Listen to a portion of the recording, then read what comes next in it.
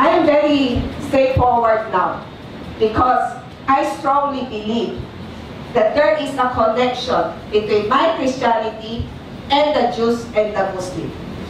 That's what I believe. Yes, including Muslims, because they are part of the covenant. You said that they believe also Yes. Quran that there is. Yes, because we already have a misconception of what a Muslim is.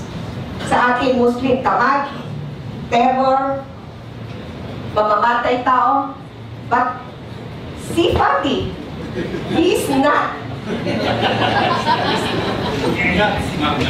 He is nuts, N-U-T-S, but not a terror, N-O-T, terror. Okay, so let's be clear with this, no? Okay, so that this is where I'm going, this is what I will be teaching, I will be consistent with this. You believe or not, it's yours. But what I'm telling you, investigate. Don't just hear. Don't just listen and say, yeah, you're saying is true. But did you validate? Did you search? And I tell you, if you search, for sure you will know they are lies. I guarantee you. Because the root of the Christianity is also wrong. I'm very clear. And I have the guts to say it. Because I know this is the truth. Let's go. Deuteronomy 5 verse 15. Let's read. I tell you, Torah was placed in my heart not because of the Jews, not because of anyone. It's God, Adonai Eloheka, placed it in my heart. And I cannot go back anymore to where I came from. But I will never abandon that Jesus, Yeshua, died for me. And that I'm very clear. That's why I will repeat that again and again. Because no one can say, I am Antichrist. And no one can say, I'm also legalistic. It's hard, yes. But I believe that our Adonai Eloheka is guiding me in everything.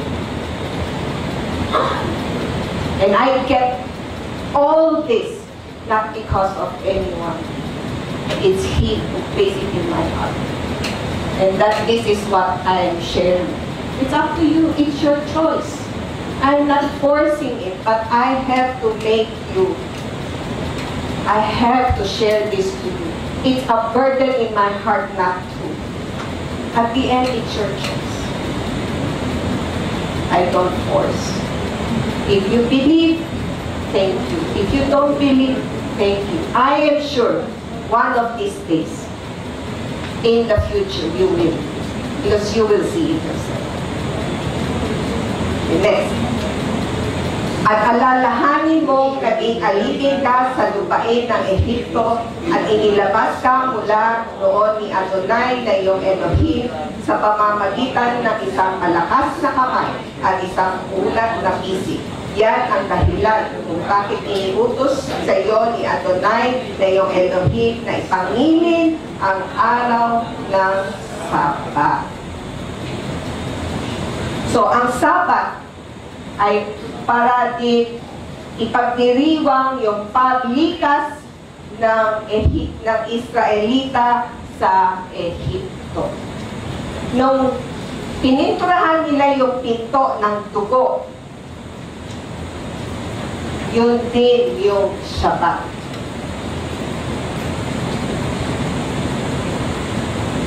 Isa pang dahilan kung bakit napakahalaga ng Shabbat ay dahil itong Shabbat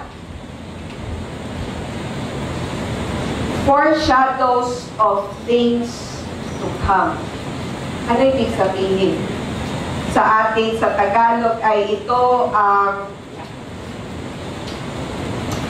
Shabbat ay isang araw na pinapakita sa atin ang araw na darating. Ano yung hinihintay natin lahat na hinihintay rin nila, hinihintay rin ni Fadi at hinihintay rin natin?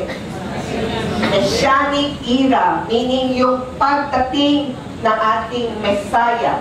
Yun yung araw na lahat tayo may Torah na sa ating puso, wala nang kasalanan sa mundong ito. Yun yung araw na yun. At ang Shabbat ay pinapakita sa atin yung araw na yun. Dahil yung araw na yun, yung Messianic era, araw-araw Shabbat. Okay? Araw-araw Shabbat. Basahin natin. Kaya may nananatili pang Sabat na pagpapahinga para sa bayan ng Diyos, sapagkat ang tao na pumasok sa kapahingahan ng Diyos ay nagpahinga na rin naman mula sa kanyang sariling mga gawa, gaya ng ginawa ng Diyos mula sa kanyang mga gawa. Okay, so ang Shabbat, napakahalaga. Dahil kung gusto mong maranasan ang buhay sa langit, yun lamang ang bagay na maaari nating gawin para natin maranasan ang buhay sa langit.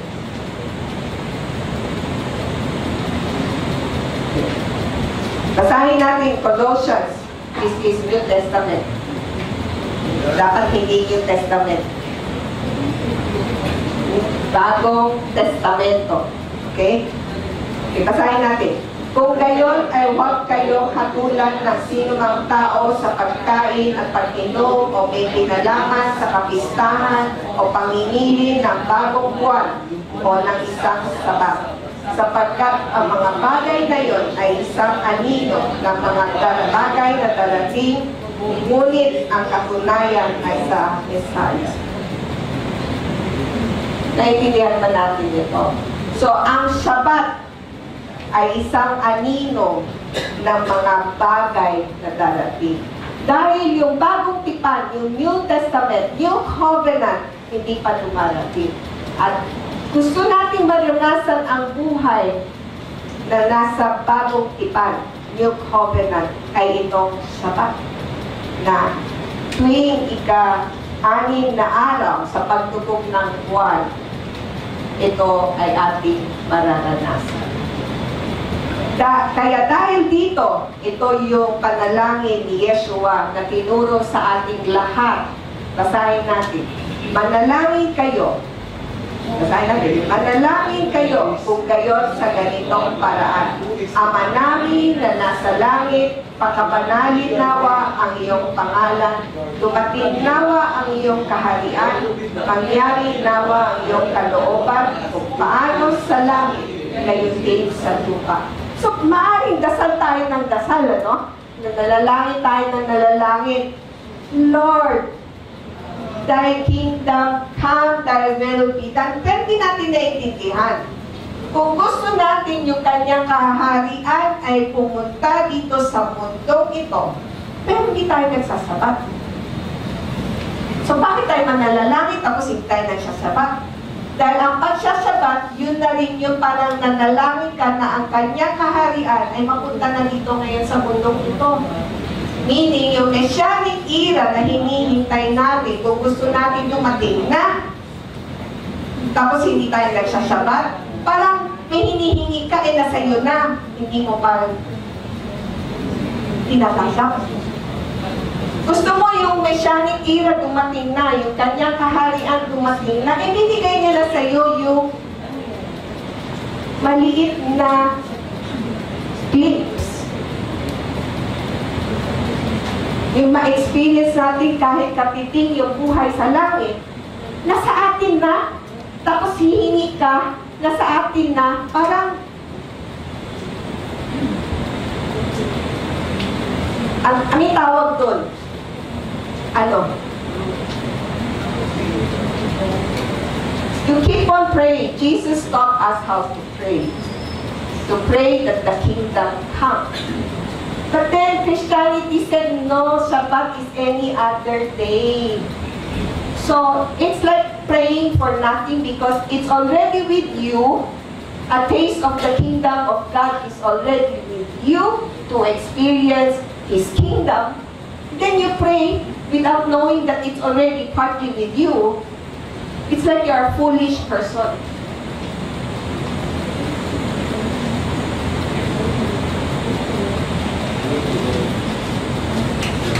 Yes, Shabbat Shalom. Shabbat. Yeah, Thank you. the days change. Yeah, yes, yes. Thank you very much. Yeah. God bless you all. Okay, bibilisan natin the rest ng commandments. Naintindihan ba natin? Okay. Madalas, ang paniniwala natin, dediretso ito ng Tagalog, paniniwala natin ay langit. Pag namatay tayo, lahat tayo pupunta sa langit. Ang picture ng langit ay yung mga malagintong palasyo, paperlas na pintuan. Yan yung tingin natin. Pero mga kapatid, tayo'y nagkakamali. Dahil ang totoo, lahat muna tayo ay dadaan sa kamatayan at tayo ay magkakaroon ng resurrection, meaning ang katawan natin na namatay ay tatayo ulit, mabubuhay muli, at tayo ay daranas ng pagbalik ni Mesaya. So, minsan sa buhay natin, ang pananaw natin ay, sige, basta na lang, kasi mamamatay naman ako eh. O, wala naman ako gagawing kasalanan, pupunta ako ng langit, basta magpakabait lang ako. Pero mga kapatid, hindi yan mangyayari. Dahil una, kailangan muna tayo mamatay, mabuhay, sa pagdating ng ating Mesaya. At kung yun ang ating pananaw, iba ang magiging pamumuhay natin. Dahil nakikita na natin ngayon ang kahalagahan ng Torah sa buhay natin. Especially yung Shabbat. Dahil yung Shabbat ay parang puhunan na natin na dahan-dahan nalalasak na natin yung kaharian niya sa mundong ito. At madalagat hindi yung langit ang dapat nating gawing pananaw sa ating buhay. Dahil itong paglangit ang pananaw natin, hindi natin nakikita yung kahalagan ng pagsunod doon sa tipan. Ang sumunod, basahin natin. Parangalan mo ang iyong ama at iyong ina upang ang iyong mga araw ay tumagal sa ibabaw ng lupa na ibinigay sa iyo ni Adonai na iyong Elohim.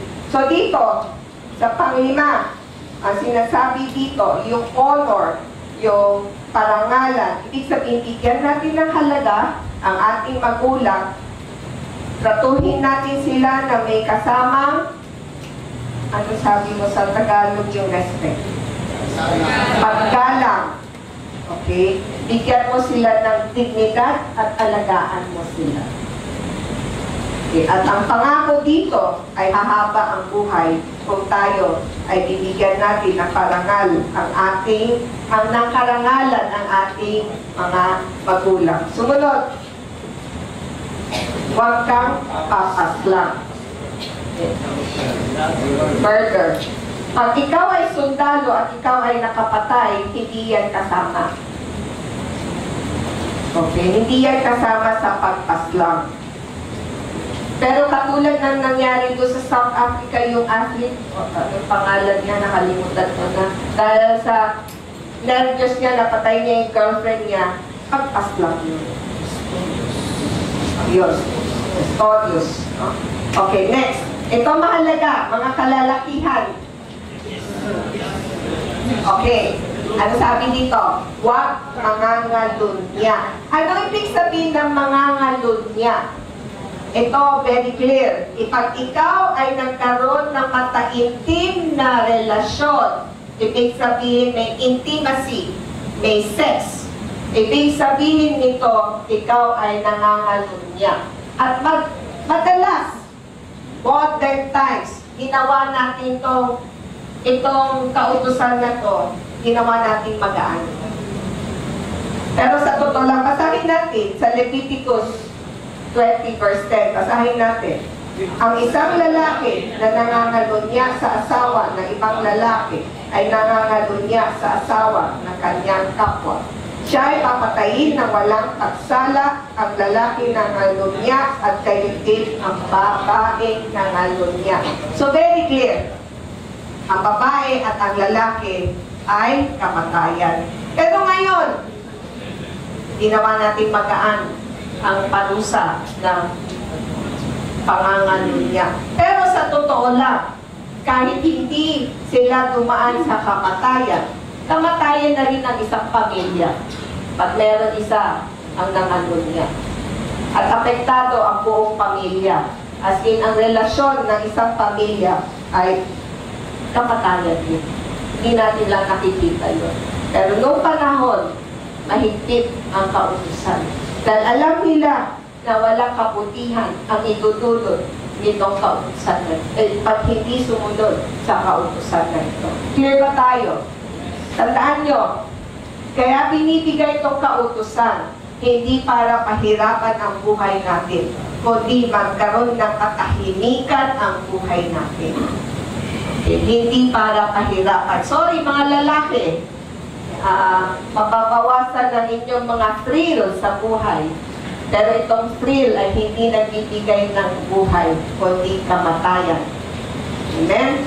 Amen. Okay, next. Huwag ka magnanakaw. Clear na yan, no? Hindi na natin kailangan i-exaggerate yung pagnanakaw. Tama? Next. Huwag kang magpapatotoo ng may kabulaanan bilang saksi laban sa iyong kapwa. Ano to? Chismis. No? Okay, next. Huwag mong nanasain ang bahay ng iyong kapwa. Huwag mong nanasain ang asawa ng iyong kapwa, ni ang kanyang aliping lalaki, ni ang kanyang aliping babae, ni ang kanyang toro, ni ang kanyang aso, ni anong bagay na pag-aari ng iyong kapwa. Alam mo ba na itong pagnanasa ng hindi sa iyo ay nasa ika-10 kautusan? Hindi nang sinabi ni Elohim na 10 kautusan. Actually, 10 kailangan natin gawin na bagay. Okay, ulitin ko. 10 mga bagay na kailangan natin gawin. Dahil ito ay magbibigay sa atin ng katahimikan sa buhay. Kaya itong pagnanais ng hindi atin ay nasa ika-10. Dahil pag nangyari ito sa iyo, ibig sabihin, hindi ka kontento sa buhay mo, hindi ka masaya sa buhay mo, at dahil doon, apektado ang lahat mula sa umpisa. Ibig sabihin, hindi mo nakikita na ang Diyos na lumikha sa iyo, ang nag-aari sa iyo, na siya ang iyong Diyos, siya ang dapat nagbigay sa atin ng pagmamahal na wala yun. So mula doon, ay lahat ng bagay apektado na, hindi ka masaya sa asawa mo, nakalunya ka, at dahil nagkaroon ng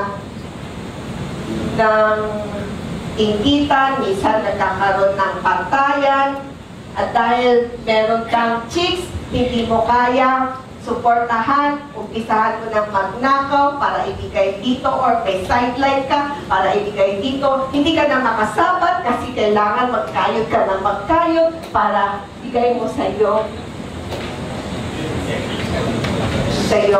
chicks.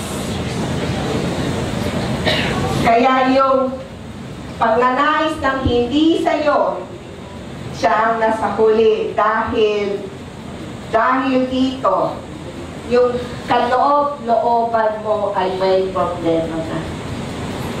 Hindi ka kontento, hindi ka masaya sa anumang meron binigay ni Elohim sa buhay mo.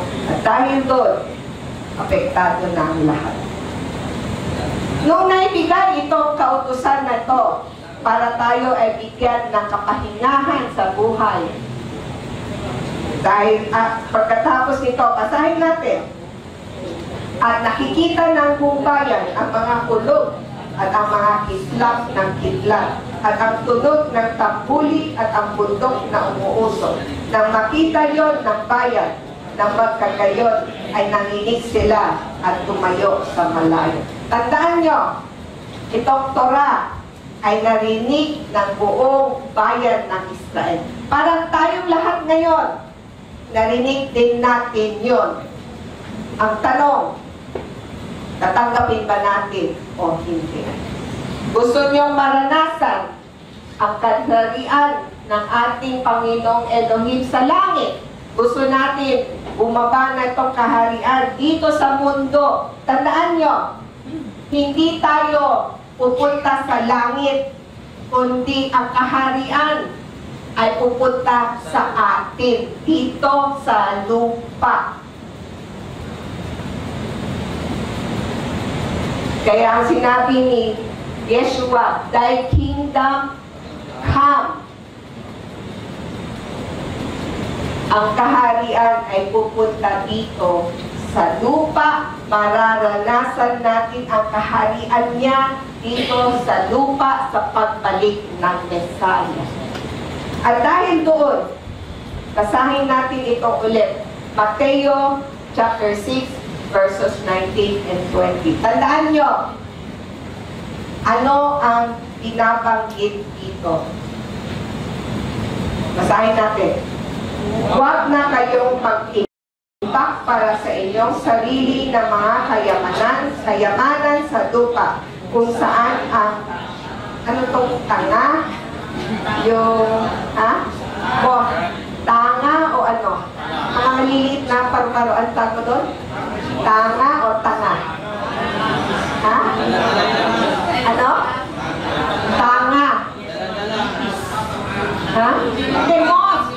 Yung maliit na lumilipad, ano sa Tagalog yun? Baka sabihin ko tanga, hindi naman tanga. Tanga. Firefly. Ha? Tanga. Apa ba? O. Mga tanga. At pasensya na kayo kung mali pronunciation ko, but yun ngayon, yung maliit na lumilipad. Is that firefly? O. Yung maliit na kulay brown, light brown. Hindi gamo-gamo. Parang butterfly na maliit. Moth yun. Tanga, o sige, tanga at kalawang ay nagpuupos. At kung saan ang mga magnanakaw ay nagluloob at nagnanakaw. Sa halip, ano dapat natin gawin? Mag-impact kayo para sa inyong sarili ng mga kayamanan sa langit. Stop. Dito tayo may confusion at wrong interpretation. Ang kayamanan sa langit o kaharian sa langit, madalas ginagamit nila itong langit kapalit ng Elohim, ng God, o Adonai Elohim. Dahil maingat sila sa pagsasabi ng Adonai or Yahweh, iniwasan nila ng paggamit nito, kaya ginagamit nito nila is langit. Pero ang ibig sabihin nito ay kayamanan sa langit, ibig sabihin nito, kayamanan sa Kingdom of God. At sinabi natin, Kingdom of God, ibig sabihin yung Messianic Kingdom. Yung darating na hinihintay ni Fadi. Fadi is also waiting, the Jews are waiting, Christians are waiting. So, ibig sabihin ito, tapusin natin, kung saan kahit ang tanga o ang kalawang man ay hindi nakuubos, at kung saan ang mga magnanakaw ay hindi nanloloob at nagnanakaw. So, ibig sabihin ito, mga kapatid, dapat ang ginagawa natin ay puhunan para yung karahalian na darating ay dumating na. Ang buhay natin, dapat ito ang binibigyan natin ng kahalagahan. Ibig sabihin, ang Shabbat dapat walang kapalit. Dahil ang Shabbat, dapat binibigyan natin ng oras. Ano dapat natin ginagawa sa Shabbat? Dapat ito ay naiibang araw sa 6 na araw. Dapat tayo nagpapahinga. Dapat ito ay araw kasama natin ang ating pamilya. Hindi ito pampabigat. Dapat ito yung araw na ini-enjoy natin. Nagpapahinga tayo. Kumakanta tayo ng kanta ni Yahweh Elohim. Nagbabasa tayo ng Torah, pero hindi naman kailangan buong araw nagbabasa tayo ng Torah. Ito ay araw na kasiyahan. At dahil dito, ito ay puhunan natin. Isa sa mga puhunan natin At ito yung sinasabi na ilagay natin sa tamang pag-iimbak. Doon natin ilagay ang ating oras, ang ating atensyon, ang ating devotion sa ating araw-araw na buhay. Ibig sabihin, yung unang araw hanggang paglubog sa ating 6 na araw, hinahanda natin ang Shabbat. Dahil napakahalaga yung araw na yun. So mga kapatid, sana naiintindihan nyo. Una, bakit binigay ang Torah? Bakit binigay sa atin? At mahalaga makita natin, nagkaroon muna tayo ng kaligtasan bago binigay ang Torah. Kaya binigay sa atin ito, pagkatapos tayo magkaroon ng kaligtasan, para tayo ay magkaroon ng buhay na katahimikan, maranasan natin ang buhay na nasa langit habang tayo ay nasa lupa pa lamang. At ano ang ating dapat iimbak na buhay? Nakasentro sa ating Elohim, Adonai, Elohim. Sana talaga, sana makita nyo ang kailhan. Dahil ako, si Jackie ko, malaking pasasalamat dito sa Shabbat. Dahil sa Shabbat, nagkaroon ng katahimikan ng aking pamilya. Si Wilson, di ko kailangan sabihan siya. Automatic dahil sa Shabbat, dahil sa Torah, siya ay hindi na nangangalunya, nagkaroon ng katahimikan ng aming bahay. Ang mga anak ko, si Gerald, si David, at si Kelly, sila ay nakakaranas na ngayon ng panunumbalik, restoration, nabubuo ulit ang kanilang pagkatao. Kagabi, nakakatuwa dahil si Wilson bilang ama ay nagkaroon ng panahon, ipaglaro kay David at kay Gerald. Ako ay pagod na pagod at tulog na, pero naririnig ko sila, nag-e-enjoy sila ng kanilang paglalaro ng ping-pong na hindi namin naranasan noon. Diba? Kaya sa akin mga kapatid, hindi niyo pwedeng sabihin sa akin na ang Shabbat ay kahit anong araw. At hindi niyo pwede rin sabihin sa akin ang Shabbat ay hindi mahalaga. Dahil naranasan ko. Hindi ko kayang ibigay sa inyo ang isang bagay na hindi ko naranasan. Kaya ako nasasabi ito dahil ito yung naranasan ko. At gusto ko ipamahagi sa inyo. Ngayon, nasa sa inyo na yun. Pero yun ang gusto ko ibigay sa bawat isa sa inyong lahat. At sana makita nyo rin. At itong June 25 ay ang ika-4 na taon ng aking kapatid. Isang bagay na napaka extraordinary na nangyari sa buhay ko, sa pamilya ko.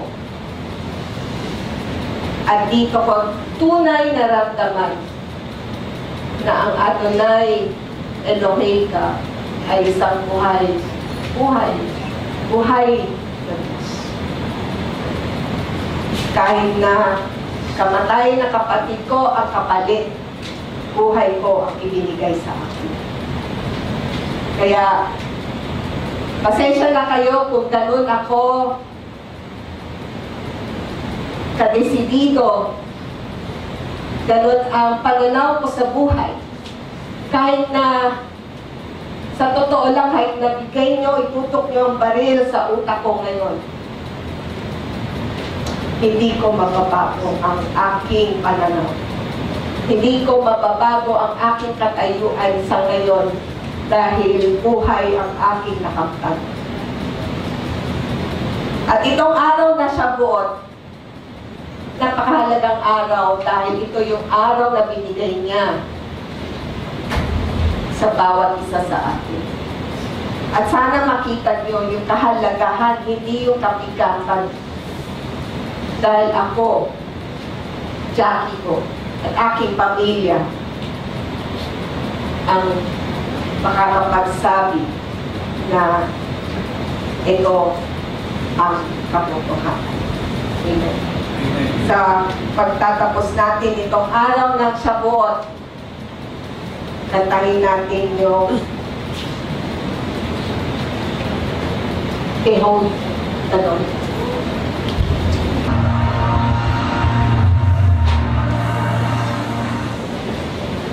Mga kapatid, nangihila ko ng 5 minutes para meron lang ako i-share. Habang po ka sa ilaw.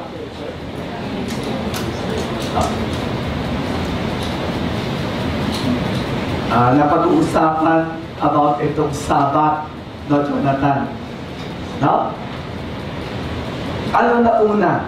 Kaligtasan o yung Sabat? Ha? Ano na una? After creation, ano binigay niya? Sabat. Wala pa kaligtasan. Sabat binigay niya. Tama ba yun? Binigay niya Sabat. Baka mamaya mali ako eh. Kasi check ko. Di ba? Binigay ang Sabat. Wala pa kaligtasan. Wala pa kasalanan. Wala pa si Adam. Di ba? Oo. Wala pa, di pa nagkasala. At di ba tayo, mga kapatid? Amen. Wala pa. Wala pa yung ahas. Wala pa. Di ba? Inaano natin kasalanan ng ahas. Di ba? Wala pa rin si Eva. So, nauna ang Sabat. Okay? Ang natutunan ko, itong mga previous days, ano nauuna? Yung obey o yung why? Sa mga Hudyo. Obey. Di ba? Hindi ko matanggal. Ayan. Obey. Bago, why? Tayo, madalas, why muna, bago, obey. Okay? This is something I'm learning. Ako, puro why. Jonathan, kailan ka pumasok sa PAPTEC? 95. Ilang araw tayo nagtatrabaho? 95, 6 days pa? 6 days. Big, kailan ka pumasok? 1999. Ilang araw na tayo pumapasok? Napunta ko 5 days. 5 days na. Elizabeth, kailan mo ako nakilala? Okay? Ilang araw ko nagtatrabaho ang PAPTEC? Hindi mo alam. Pero kailan mo Nung binenta ko yung Valenzuela. Pero at that time, 5 days na ang PAPTEC. Okay? So, bakit 5 days? Ang pasukan natin sa Pilipinas ay ilan? 6 na araw. How come? Okay, ang tanong, bakit? Ito, obey.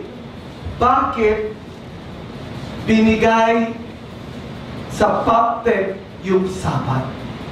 Bakit? Then, ikaw, pumasok kayo ng araw na nagtatrabaho. 6 days. After that, at 5 days. Bakit tayo naging 5 days? Diba? May preparasyon, mga kapatid. Why? Why? Why? Diba? So, yung Sabat, hindi pa natin alam yon, kaya ginawa kong naging 5 days, marami akong sideline. Mga kapatid. Jonathan, di ba? Sa Sabado, pwede ako lumabas. Okay? Pero amazing si Yahweh. Siya ang nagbigay ng Sabat para sa atin. Hindi ko alam yun. Nung 5 days natin before, hindi ko alam kung bakit 5 days. Pero nung araw pa, bago pumasok si Dick, nagpa 5 days na tayo. 14 years ago, Vic, ikaw yun, no? Nung pumasok. Di ba amazing? Kausap ko si Jonathan. Amazing. So, nung namatay si Junjun tumalon 4 years ago. Ha? Maraming sino nakakita nun? Taas ang kamay. Tado. Oo. Di ba? Sabi mo nga, nung tumalon si Junjun, naka-smile pa, di ba? Yes. Si Tado. Imagine mo yun, ha? Namatay si Junjun para bigyan ako ng buhay tsaka pamilya na. Okay? Kaya nag-search, lumabas yang Sabat, yang Torah. Why? Bakit sa akin? Kung tayo 6 na araw nagtatrabaho o 7 araw, kung ang hanap buhay natin ay mall, paano yung front? Posible ba? Ikaw, nagtatrabaho ka rin di ba? Oo, imposible. Kasi may trabaho ka May trabaho tayo Yan ba maiintindihan natin yung Sabat? Hindi. Hindi natin maiintindihan. Correct? So yan, nung araw pa, pinipare na tayo. Agree ka ba, Jonathan? Di ba? Pinipare. Pero di natin alam, double alam mo ba, Sabat? Dati? At before, nung araw pa? Yes, sir. Alam mo na, bilib ako, di ko alam Kasi sir, nasa ano yun sir, sa Genesis. Oo, pero alam mo talaga. Hindi lang sir na sinabi sir. Ha? Hindi lang sinusunod sir. Hindi mo naiintindihan pa kung ano yung Sabat. Di ba? We don't understand. Ako di ko rin naiintindihan. Di ba? Pero ngayon, ina-explain ni Jackie sa atin, we now understand Sabat, okay, is Friday afternoon to Saturday afternoon. Ngayon ko lang naiintindihan yun. Sunset. Sunset pala. Friday sunset to Saturday sunset.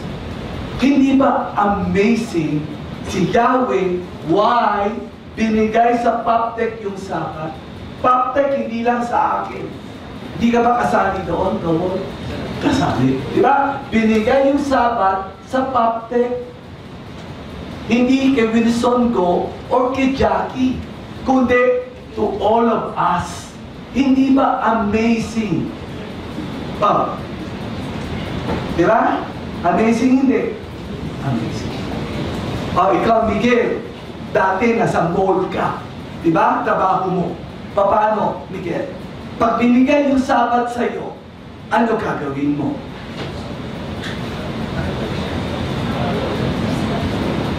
Miguel, 7 days a week ka doon Ano gagawin mo? Ha? Magsusunod mo? Hindi. Kasi imposible. Diba? Kasi hanap buhay mo yung alangan. Iwan mo yung hanap buhay mo. Magsabat ka. Napakahirap yun. Mga kapatid. Diba? Pero sinasabi ko, kaya binigay sa Paptek. Sa Paptek, sa Soler, nagtrabaho tayo. Daily. Ano mo yun? Pinakamalaking project natin. Ano ginagawa natin sa Friday afternoon up to Saturday afternoon? Pahinga. Can you imagine nagawa natin? That is a revelation. Mali, dahil binigay na niya yung Sabat sa atin. Amazing siya. Ito yung gift. Ito din ang prayer ko. Ito yung gift na binigay sa Paptek. Amen o hindi? Amen. Sa atin binigay ito. Di ba, Roger? Double? Amazing hindi? Amazing. Kaya napakahalaga. Kasi siya ang nagbigay. Hindi tayo ang naghanap. Kasi pag 6 day ang trabaho natin, magagawa ba natin?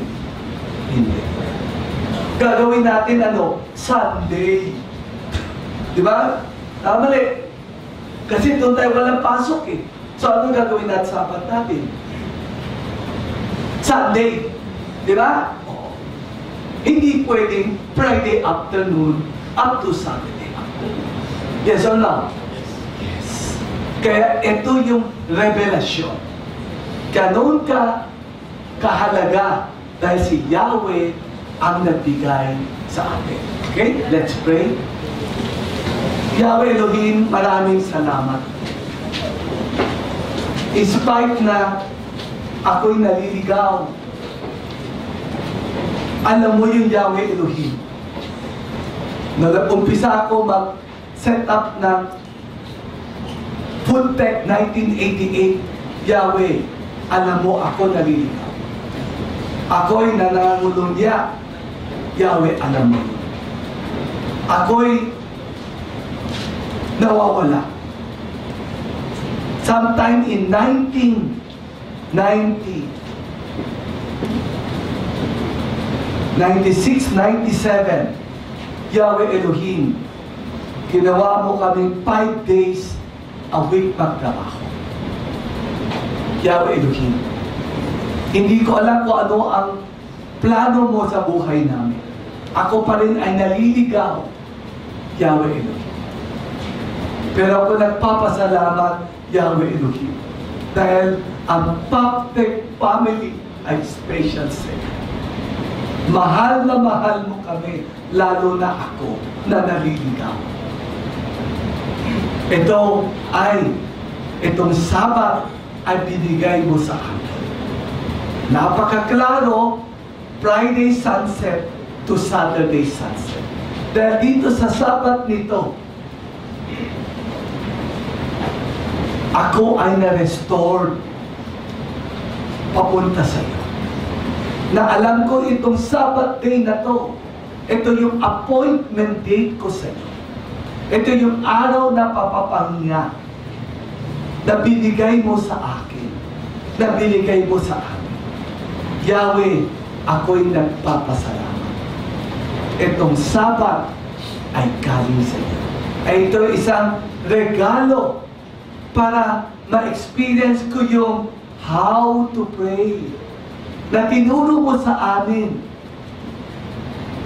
Tinanong namin sa iyo, Lord, paano ba mag-pray? Sabi mo, Our Father who art in heaven. Yan ang turo mo sa amin.